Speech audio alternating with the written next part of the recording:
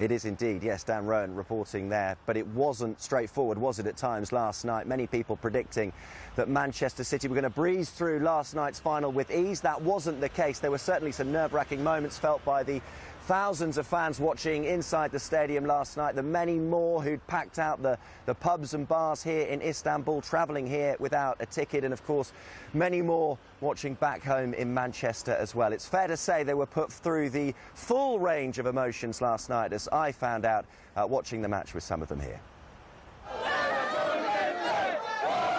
With the bars packed, the fans in full voice, they were confident from the start. We're going to win, so we're going back to the Etihad with their Champions League.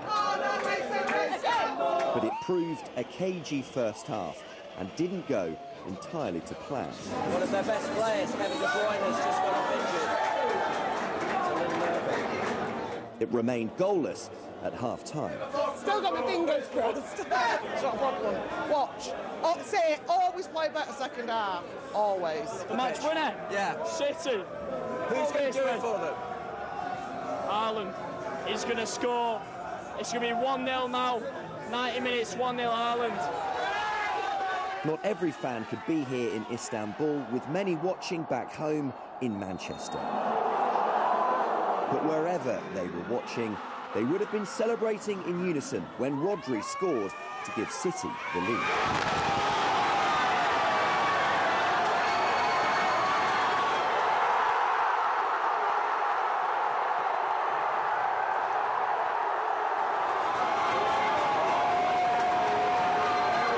Is that the goal that's going to seal it for them? What a chance that was for Inter Milan.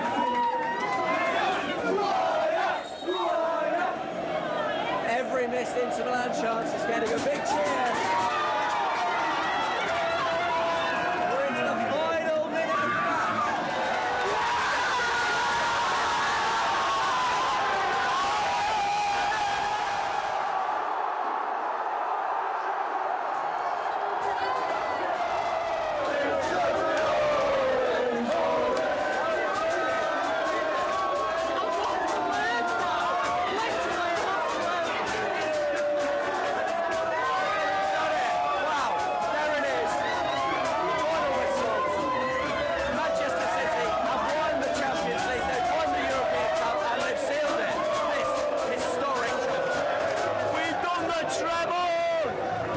And that party continued in the bars before spilling out onto the streets as they marked the crowning moment in City season, the Kings of Europe. Yes, memories made for those fans watching, and that is what they hoped for, and plenty more memories will be made tomorrow, because as you can probably see behind me, the Manchester City bus is there. That will be taking the players to the airport. They will be returning home on a special jet in Manchester City colours, very similar to that bus behind me. They will return to Manchester, and then there will be the trophy parade of not just one, not two, but of course 3 trophies on the streets of Manchester as part of that open-top bus parade, which will take place tomorrow evening at around 6 o'clock. Really special moment for Pep Guardiola, of course, matching what Sir Alex Ferguson achieved, the last manager to win the treble, the last English team to secure the treble, Manchester United, back in 1999. Guardiola said he received a text message from Sir Alex Ferguson yesterday which touched him deeply. And interesting to note, obviously Guardiola now establishing himself as one of the preeminent managers of his generation, one of the greatest managers of all time. Some 12 trophies since he was appointed as manager of Manchester City back in 2016.